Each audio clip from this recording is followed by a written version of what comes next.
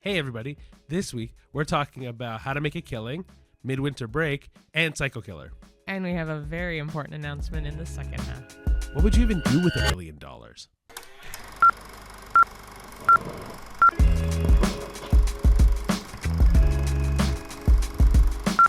Hello everyone, Hey everybody. and welcome to the final question mark episode of the A-List Admission. Shocker. If you haven't seen us before, you may not see us again, but my name is Cheyenne, And I'm Ricardo. and we're a Canadian couple that love to review movies and talk about movies just because we love the banter and we love a good night out at the theater. Yeah, and it's all about casual viewings of movies, so none of your technical stuff, but we review movies because we want to let you know for Tuesday night what to watch, whether you're single, whether you're in a couple, whether you have a child at home, whether you just need time out to do something you like to do and go to the movies. Yeah. Yeah. So yeah, you want to talk about personal news quick? I guess so. So, me and Cheyenne have talked a lot recently about this podcast, and this may be our final episode of this podcast. But we'll keep that more for the second half, so where we have a lot more time to talk about it.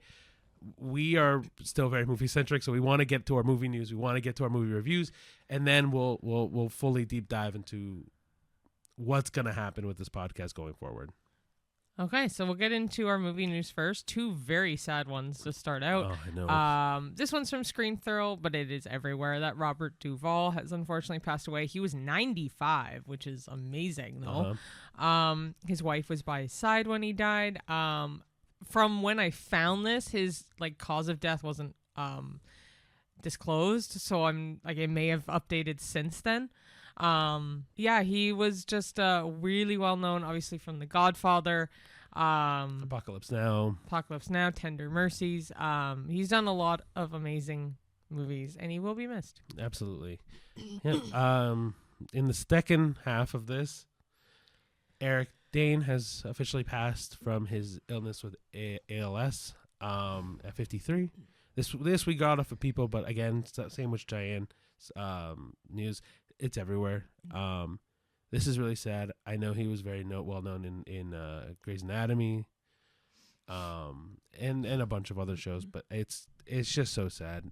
His is so Lou Gehrig's disease ruins lives. It's so sad though. 53 is so young. Yeah, and I know, and you can see videos of him chalking and trying to still have somewhat of a push through in life, but it was consuming him fast. Yeah. Bonus thing to add to this was that Johnny Depp actually let Eric Dane stay at Johnny Depp's house in the last couple months before he passed, because Eric Dane couldn't support himself financially, and so Johnny Depp stepped up and was like, "Hey, oh, you can really? stay over." Yeah, it's really sad. He couldn't support himself financially. Well, he was struggling financially because the probably hospital bills and everything that came up, right? And he wasn't an actor anymore. I guess not. No, he even said in a not too long ago interview, if he was acting, he'd have to change a few things around. I'm like, you shouldn't be acting anymore. Well, I think what he meant was, if he was gonna act again, it'd have to be someone playing with ALS. Yeah. Yeah, right? Because it's the same thing with Michael J. Fox and his illness. If he was to act again, it'd be someone with Parkinson's, right? Because it's so over-consuming, right? Okay, next, a little bit lighter now, but it's from Screen Thrill again, that the Warner Brothers board, the WBD board, is reportedly considering a higher takeover bid over the existing Netflix one. And it's, again, from Paramount Skydance. They amended the bid to amount per share. So if they took Paramount's right now, it'd be $30 per share, where Netflix is $27.75 per share. But theirs is all cash for Netflix. An even sweeter thing to add for WBD would be that if Paramount does this bid, it includes covering the $2.8 billion breakup fee and other financial fees if the deal is delayed. So obviously no final decision has been made, but the board is, saying it could be a potential superior deal, and it could pressure Netflix to improve it, which would be a major new bidding war. Look, I don't like. Honestly, the more I keep thinking about this, the worse. This is a lose-lose situation, right? Netflix has come out and said that they're only going to do like anywhere from 48 days to 70 days to 90 days in the theater for movies. And I'm not a big fan of that. I'd rather people have a full launch of movies. So that bothers me. At the same time, I understand like HBO is also going to go that way in streaming. So we'll see, man. I'm not a big fan of Paramount taking it because of all the hands in their pockets involved in that. And so, yeah, I don't know. I don't think this is going to end well. I think this is going to be a very messy fight, and we'll see who comes out on top, I guess. Yeah. The next bit of movie news brought to us by Film Buzzer on Instagram is that McKenna Grace has officially been cast as Daphne Blake in Netflix's upcoming Scooby-Doo series. And it's live action, too. Oh, right. Well, yeah. This is also the first, I think, live action Scooby-Doo series since the Scooby-Doo movies. Yeah, is this a series or is this a movie? Like a TV? Did I say movie? No. I meant series. No, you did. Oh, okay. But since the live action movies, I'm like, is this actually a TV series too? Yeah. Wow. There's going to be a live series. I'm curious to see who they cast as everyone else. But McKenna Grace, my gosh, she's in every major franchise now. Yeah, she's in right? Scream she's 7. in Scream 7. She's done. Now she's going to be in the Hunger Games. She's done.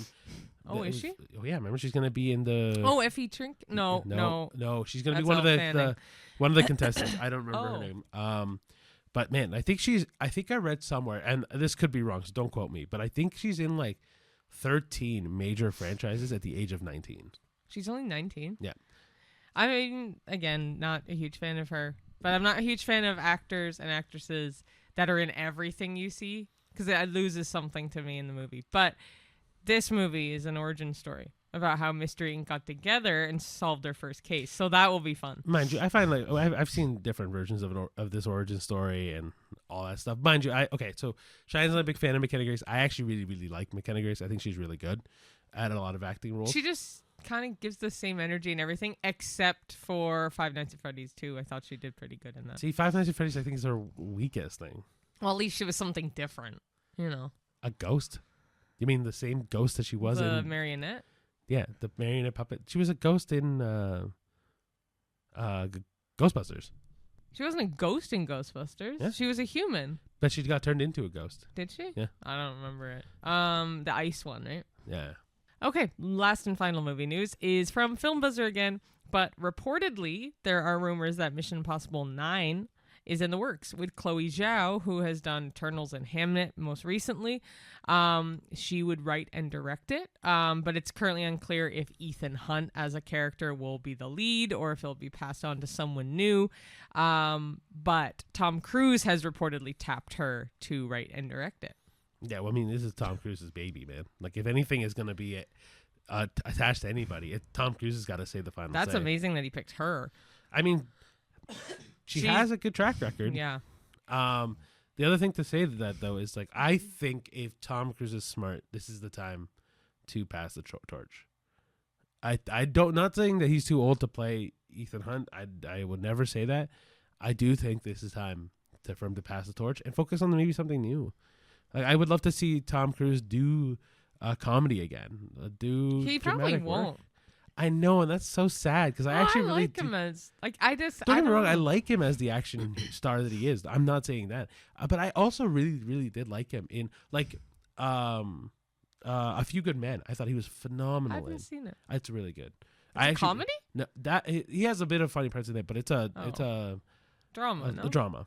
Oh. But he's really good in it. Huh.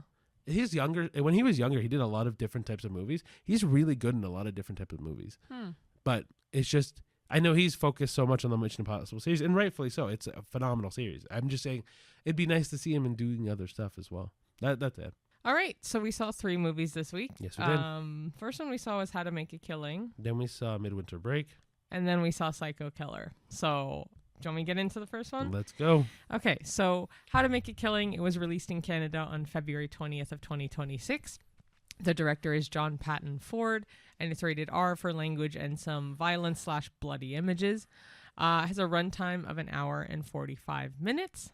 The main cast include Glenn Powell, Margaret Qualley, Jessica Henwick, Topher Grace, Ed Harris, Bill Camp, and Zach Woods. And the spoiler-free synopsis is Beckett Redfellow, disowned at birth by his obscenely wealthy family, becomes obsessed with reclaiming the fortune he believes is rightfully his.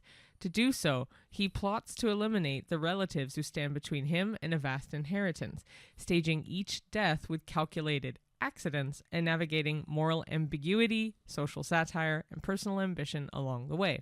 So, what did you think of How to Make a Killing? I think there were some good parts to this movie.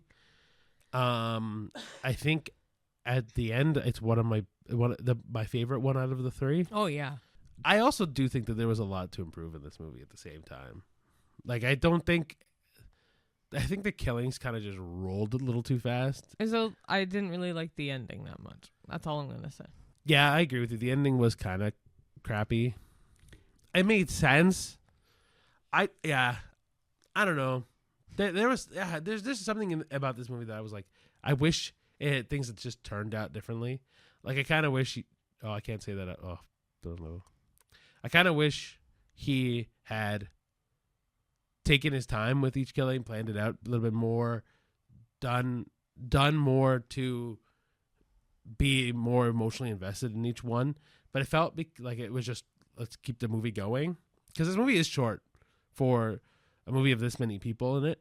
I would imagine, like, if they had taken even the extra half hour to like flush out the killings, like really like plan them out a little bit better, I think it would have been great. Yeah, I liked it. I like Glenn Powell. It's nice to see him in another movie again, because he hasn't been as many recently. Like, some good amount. He's definitely slowed down. But remember, we did see him last year too. Yeah, I know. So like, it's still obviously not like McKenna Grace. Boom, boom, boom. You know. What was the last movie McKenna Grace was in? Apart Regretting You. Oh, right. And now Scream 7, and now she's going to do but this, Scooby-Doo, I don't know when No, Scooby-Doo's I'm just saying. But anyway, back to this movie. I liked it. I liked the humor in it as well. Mm-hmm. I liked the scenario of how he's relaying his story, without spoiling anything. It was really cool to see Ed Harris in something again. No, that I agree with. And Topher Grace. It's nice to see him come back here and there. I want to see Topher Grace in more stuff, though. Yeah. I mean, poor guy. After Spider-Man 3. Well, remember, we did see him in Flight Risk last year. Yeah. So, I'm glad to see him in more stuff. I just hope it is more often. But, yeah, I didn't hate this movie at all. There's certain bits of it I was like, oh, that's kind of a crappy way to finish this or do this or whatever. Yeah. And some of the killings did seem a little bit too rushed. Ironic. Not even like really, and you didn't get caught, like that kind of thing. Yeah, that I'll agree. Like, there were some moments where you're like, how the hell did you not get caught? Yeah. Same with the last movie, I'll say at the end. But also maybe, like, don't get me wrong, none of the kills were super, super flashy either. But I wish the movie had taken some time with each one. Especially because, there's 7 people that he has to kill? I'm pretty sure it's 7 people he has to kill. I think probably. Right. Let's go with that. So, he rushed through them. Yeah, but at one point you find out it's been like 6 months or some ridiculous length of time. Yeah, but... And I'm like, they didn't... That's what I mean. The movie rushes through it. Like, it okay, doesn't... Well, the pacing of the movie is not the greatest, and I wish they had really taken some time with the key elements of the movie. I really do think that if another half hour of this movie would have been enough time to go, all right, we're going to really try to figure this out, you know what I mean? Or plan this out. So what do you give it? I think it's going to get like a 6.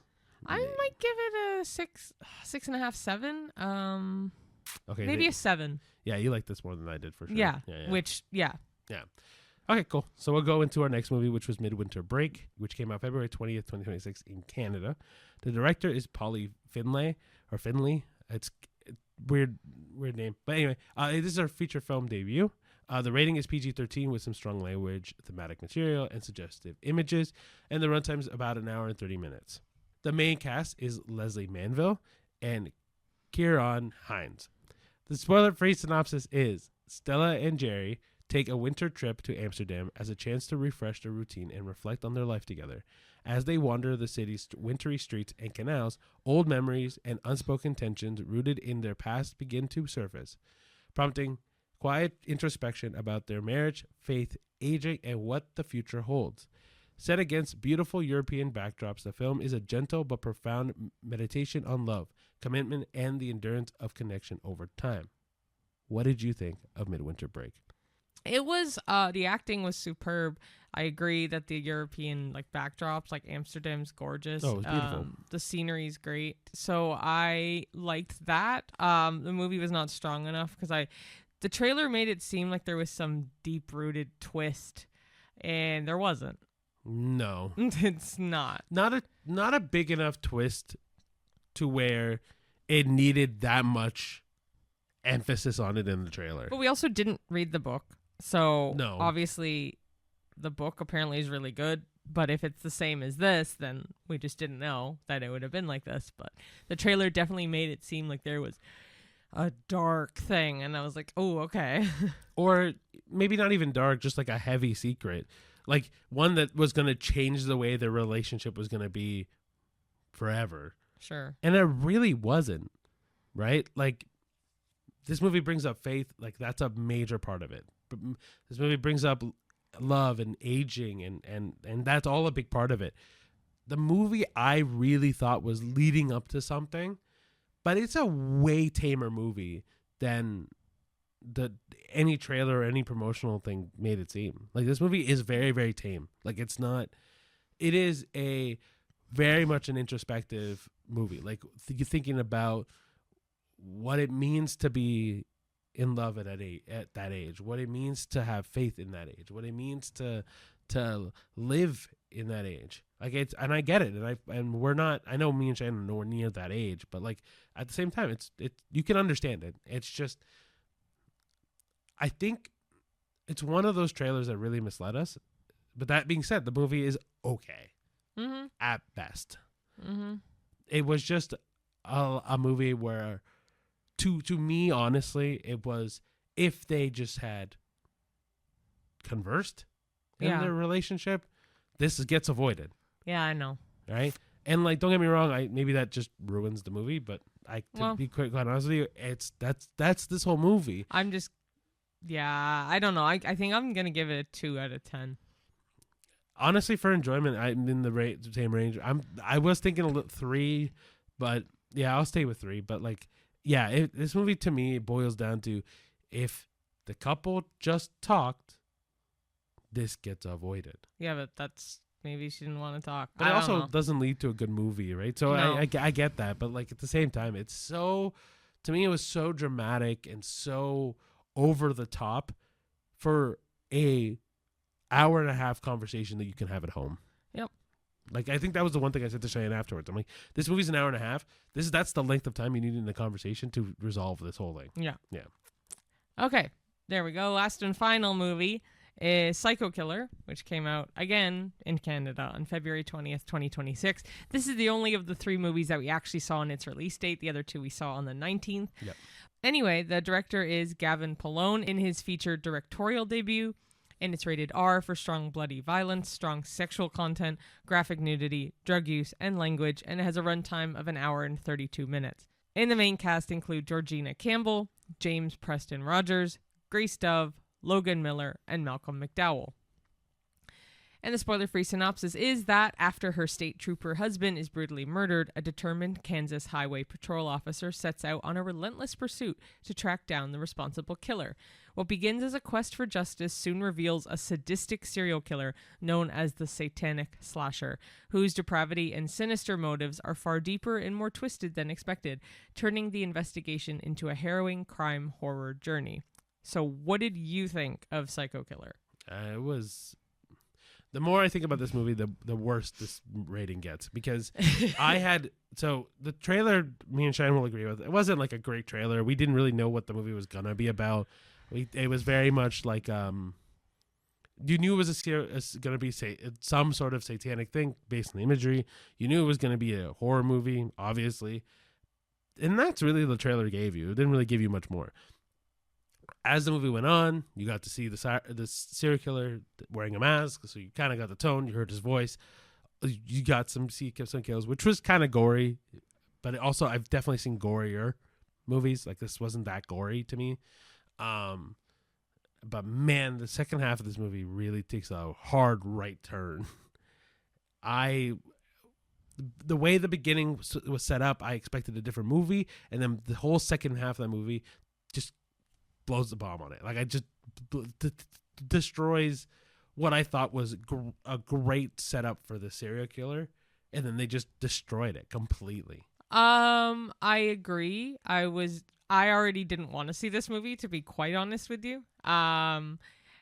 Just because I had heard it wasn't that good. And this is the second movie we've seen Georgina Campbell in the last 2 weeks, because she was in Cold Storage most recently, aside from this movie. The beginning seemed very promising, like wife out for revenge. And that's what shows in the trailer. There's a lot of things that bother me. All I'll say is the killer's voice really bothers me. He didn't bother me that much. But and the lighting surrounding that killer in the movie also bothers me. Because I get that you're not supposed to see his face, but don't dim down his face with the lighting. Do you know what I mean? Well, but they want to keep... Okay, the reason why they do that is to make him creepier. It just reminded me of a movie you could make for a film project. It really did. Oh. It really did. So I don't believe that. I really do think this is a way higher budget movie than that. I agree. A higher budget version of that. But it's...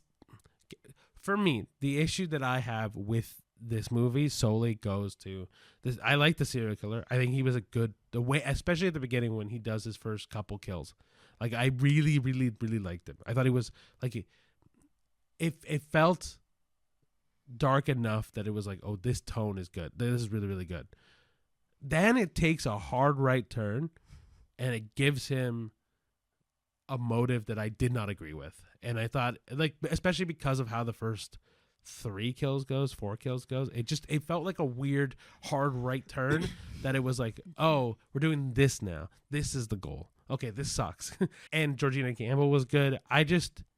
For her character, the reason why I think her character works really well but she needed to sell it, I think, a little bit more, was she's going on a revenge trip, right? So if she's gonna break rules as a cop, she has to go full out.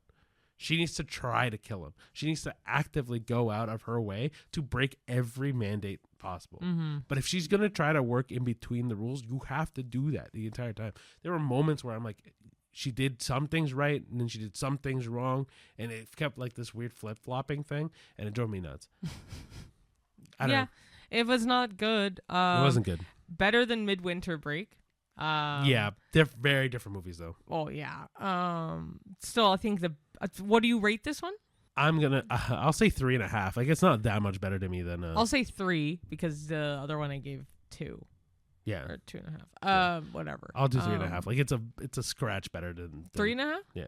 Okay, so I still think I'm sure that the best one of the 3 to see is How to Make a Killing. Yeah, it's a lot more entertaining. The characters are way more likable. It's double the rating of the other 2. Valid, but actively for us, it's all the actors are really good in it. The story's a lot more entertaining, and it's funnier. It's enjoyable. There's things I don't like about it, obviously, but it's enjoyable. The pacing's decent too in that one Compared to the other 2, absolutely. Yeah. Yeah. I even said part way through Psycho Killer, I'm this feels longer than 90 minutes. Because certain parts to me kind of dragged on where they didn't need to, but they did cram a lot of stuff in. Yeah. Okay, second half is kind of what we talked about in personal news, but it's essentially to be continued ? For the A-list admission. For the last little while, we have been talking about the future of the podcast. We also said at the very beginning of making this podcast that if it started to feel like a chore, we knew it was the best time to stop. Yeah. And to be quite honest, at least for me, it has started to feel like a chore.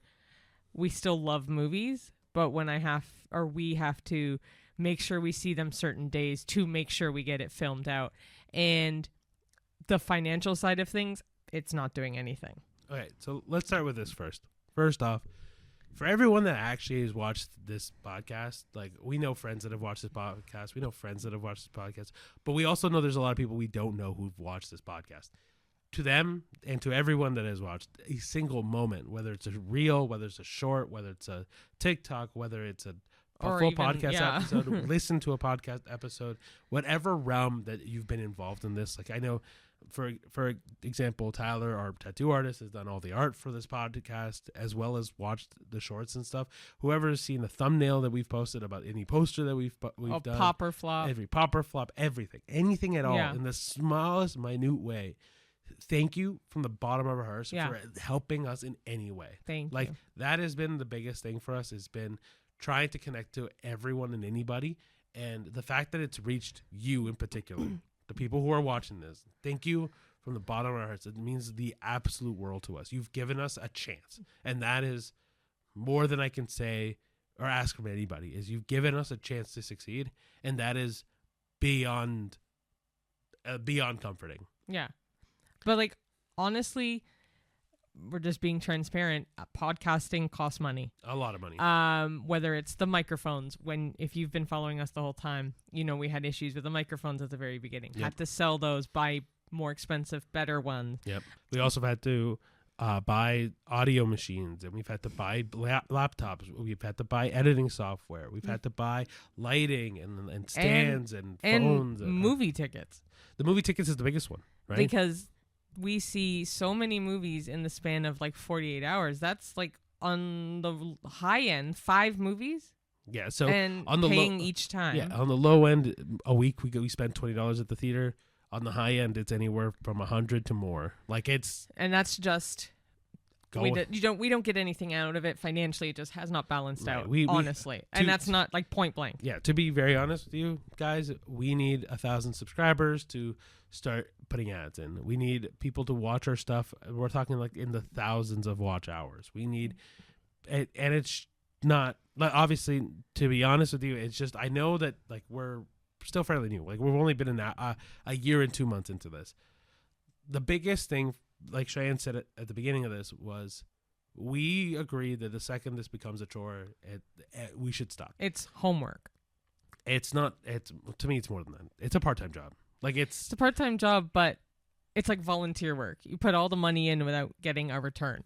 And we have full-time jobs. It's hard to put in, for me, so much effort into a part-time gig, if you will. And I can't, it's hard to justify when there's nothing coming back. Don't get us wrong. We love the movies and we love filming the podcast, but we will still see movies and all that stuff. It's just harder when it financially has not balanced out, and all the lighting and the mics and all that stuff cost a lot of money. Yeah. Like realistically, editing the big podcast takes me about anywhere from 4 hours to 6 hours. The filming takes about an hour, hour and a half. Then going to the movies, let's say 2 times a week, is about 4 hours to 5 hours. And it's then making the reels, editing the reels, doing the notes for the podcast and do all the research for the podcast and all that stuff. It's very forced too sometimes to go to the movies, because I'm like, it's definitely opened my eyes to see more movies, like Midwinter Break. We never would have seen. 1,000%. But at the same time, I could have waited to see that like next week. But with the podcast, it's like we have to see it certain days in order to film it. Mm-hmm. So that's when it started to feel like a chore. The other part of this for us is this has definitely put a strain on relationships for us. Like not our relationship as much, but like relationship with friends, relationship with families, because we had to schedule time with people around this podcast, which is the sacrifice that you make and the sacrifice other people makes for your success. But like it came to the point for us where like we did it for so long that we hadn't seen certain friends in so long that we felt bad about it. Like it's not even feeling bad, it's just guilty. I felt terribly guilty about it. We lost time. Yeah. And it's a waste of time? No, not necessarily, never a waste of time. Because we love movies, we love talking about them. But at least to me, I don't know about you, but it definitely felt like something I had to do instead of something that I wanted to do. Absolutely. And that's when I was like, this is not a good idea. And for me, more so, it's been a bit longer where I'm like, I think we should stop sooner. At first, I was like, what if we just stick with short form content, popper flops, reels, all that fun stuff? But then it's still a chore. And we still force ourselves to go to the movies. We have to do certain days where I was like, we could just film whenever we feel like filming. And I know that was a big thing too. The thing is like, let's say we had dropped the podcast format in this long hour-long format. The problem then becomes, well, we still have to go to the movies when they come out. We still have to film to some degree to get the content. And if we want this to be successful, especially with short form content, then we're posting a reel every day or like a short every day, whatever it is, to try to stay relevant. Because like that's kind of the way that social media works and making money off of social media works, right? That being said, like there are things that we're still going to do no matter what, right? We are still going to the movies. We're still going to be watching movies. We'll still review movies to friends and family that ask for us. That's the other thing too, is that realistically, about 95% of the people that I know do not watch it, but they do randomly see our stuff come up on short form content. So then I love hearing like, hey, did you go to the movies? What movie did you see recently? What movie should I go see at the movies? I love that I still get those questions regardless if people support the podcast or not. Yeah. We still debate in the car on the way, but I was finding more that I was starting to hinder that because I had to save my thoughts for filming. Which is fine, but the other thing to this is like, with that too, is we now would go into watching movies at a different lens, right? You're going into it not going for the movie, but you're going into like, okay, what do I think? What do I think? What do I think? What do I think? So it's a little bit different, right? And we're not quitting because we hate it. No. Because we are... for me, I keep saying for me because I don't want to speak for you. No, it's for both of us. I want to better my mental health, and I want to enjoy movies for the movies. Absolutely. Like I want to enjoy them because the original reason why we even started this idea is because I want to go to the movies on a day we feel like going to the movies and to watch something, just relax. Like, yeah, I don't know. Yeah, I think there is a time to say, like, hey, when we get to a point where we're honestly maybe more financially stable and can afford to do this more often and things like that, then sure, maybe we can bring it back. But the idea right now is that we tried something, we built something, we learned from it, and honestly, we are very, very proud of it. Yeah. Now we're just choosing something different, whether that's maybe the podcast in the future. Like we may return. Who knows? Right now we're embracing what made this podcast great. Yeah. Which is going to the movies. Yeah, right? It's the movies. So one of the things that we will always tell people, one, is that keep going to the theater. Like, I think that Please keep supporting. We're obviously going to do our part of it. We go to the movies all the fucking time, so we'll still. And we still will probably see 5 movies in a week, but it'll be on our terms and on our schedule, right? Like if we want to like that, and then that's going to be freeing for us. But for you guys, if you really do want to see our reviews consistently, head to Letterboxd. I'll put the thumbnail on here. For the QR code for our Letterboxd, that is honestly not gonna go. I love doing that. Is the one thing for us that like, hey, if anything else, if this podcast dies and never comes back, which is not the intention, I think we both maybe one day do want to come back and bring this back. Go on our Letterboxd and it'll be every review that we've decided together what we're gonna rate it out of. I know it's out of 5 instead of 10 that we used to do before, but truly and honestly, that'll be the best place to see the review. But apart from that, yeah, this is just going to be a break, or it might be its finale. But for right now, take it as a break. We will watch movies. We will review movies on our Letterboxd. To our friends and families or people that actually know us, come ask us. We will absolutely let you know what we think of every movie. And if you do want us to come back, tell people. Word of mouth. Like, we'll still have the content up online. We'll never take it down. Yeah, so then share it with people. Like, if we can get more traction, who knows what will happen. But for now, I'm quite content with us, like, hiatus for now. Yeah. Yeah. That being said, let's talk quickly about some movies that are coming out this year that I'm excited for. So we'll finish off a little lighter note as well. Yeah. So, like, I mean, guys, Michael's coming out this year. Like, we're going to... the new Avengers movie is coming out this year. Spider-Man's coming out this year. Another Minions movie is coming out this year, right? So those are all movies that I think people should absolutely go see. Right? Dune's coming out this year. Odyssey's coming out this For year. you want to see Scream 7, that's really soon. That's Project Hail Mary. Yeah. The Hunger Games. Yeah. So there's always going to be good movies to see, main headlining movies to go see. But if you want to see what we think about it, please follow us on Letterboxd and follow us along. Yeah. Okay. Last section, as we always try to do, is our Did We Know? So to lighten the mood a little, let's go into some Did We Knows. I'll go first. Go for it. First one is Forrest Gump. Tom Hanks refused back-end profits and instead took a percentage of gross revenue. That deal apparently earned him tens of millions of dollars. Did we know? No. No. Good for him. That's smart. A lot of people do that, right? Yeah. Jurassic Park. The T-Rex animatronic malfunctioned in the rain because the foam rubber absorbed water and made it heavier. It would randomly come alive between takes and scare the crew. Did we know? No, but I did read more into this, and yeah, it's very true. That's funny and scary Yep. all at the same time.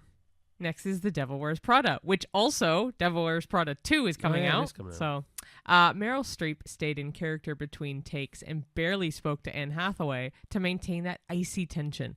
Anne has said it genuinely intimidated her. Did we know? No. No, but it does not surprise me. It's smart though, because it keeps Yeah. it keeps everyone in line in that way. But yeah, the next one is Pirates of the Caribbean: The Curse of the Black Pearl. Disney executives were nervous about Johnny Depp's performance and even considered firing him because they thought he was too weird. That weird became iconic. Did we know? No? No, I didn't know that Disney wanted to fire him then. I knew they were nervous about it. Yeah. Yeah. Next is Frozen. Let It Go was originally supposed to make Elsa the villain. The song was so powerful that it reshaped the entire movie and turned her into a misunderstood hero instead. Did we know? No, not at all. No, I didn't either. I thought that was really cool. That is really cool. Mad Max Fury Road. Most of the wild stunts were practical. The pole-swinging pole cats, real performers on 20-foot flexible poles attached to moving vehicles. No green screen magic for most of it. Did we know? Yes, but I didn't know further about the pole cats. That's kind of cool. I didn't know that. I didn't know like that those kinds of acts were legitimate. I knew those stunts were mostly practical. I stunts. thought most of them were some sort of CGI. Mm-mm. That's really cool. Cool, eh? Next is World War Z. The entire third act was rewritten and reshot months later. The original ending was reportedly huge and explosive, but test audiences didn't like it, so they replaced it with the quieter lab sequence. Did we know? No, but that's weird. Yeah. Most people really do like the explosive ending. That's really weird. Harry Potter and the Chamber of Secrets. Dobby was completely CGI, but Daniel Radcliffe had to act opposite to a stick with a green ball on top, and he found it extremely hard not to laugh during serious scenes. Did we know? No. Yes and no. I knew he was CGI. I just didn't know what it was he was looking at. Yeah, that I was gonna say that. Next is E.T. the Extraterrestrial. The E.T. animatronic required a team of puppeteers to operate it, including 2 little people and a 12-year-old boy who was born without legs and used his hands to walk, to help make the movements look natural. That's part of why E.T. feels so real and emotional. Did we know? Not at all. I knew there was puppeteers that operated it, but yeah, I looked more into this as well. The 12-year-old boy without legs was in the suit. That was, yeah, very interesting. And finally, The Omen from 1976. Multiple people connected to the production were struck by lightning, including star Gregory Peck's plane. A special effects supervisor later died in a car crash, and the car reportedly hit a vehicle carrying sheets of glass that decapitated the driver. The hotel where some crew stayed was bombed by the IRA. An animal trainer was killed by a lion shortly after filming, and people were genuinely starting to call it a cursed production. Did we know? No, I did know it was called a cursed production, but like all the specifics I didn't really know. I think I did know about the glass though. I knew about everything but the animal trainer, and mostly because we did a whole episode on cursed productions and stuff like that. Yeah. True. All right, guys, thank you so much for watching, and if you want to watch these final reels, posts, and so if you want to watch the final episode, or any previous episodes. Spotify, Apple Podcast, iHeartRadio, Amazon Music, wherever you get your podcasts. YouTube and Spotify have the video version. Any of the Reels, Shorts, and TikToks, obviously go on Instagram, YouTube, or TikTok. But any of our social media is available for you guys, which is Facebook, Instagram, YouTube, X, Twitter, Threads. Yeah, you know him. You know the social medias. I think he's a little out of it. I can finish it, no problem. But it's at the A-List Admission everywhere.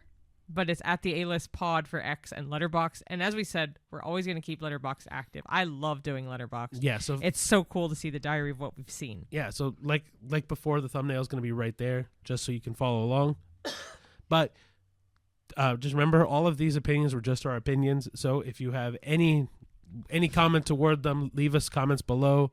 Share with your friends and family. Whether that might be the deal breaker of whether or not we come back. Yeah, and thanks, guys. That's really it. I think at the end of the day, thank you so much for watching any episode. Thank you so much for being a part of this amazing journey with us. We love movies. We're always gonna love movies. We love sharing our opinions on movies, and we just wanted to make life a little bit easier on a cheap Tuesday night for everybody. Yeah. So, thanks again, and we will always see you at the movies. See you there. Bye-bye. Bye.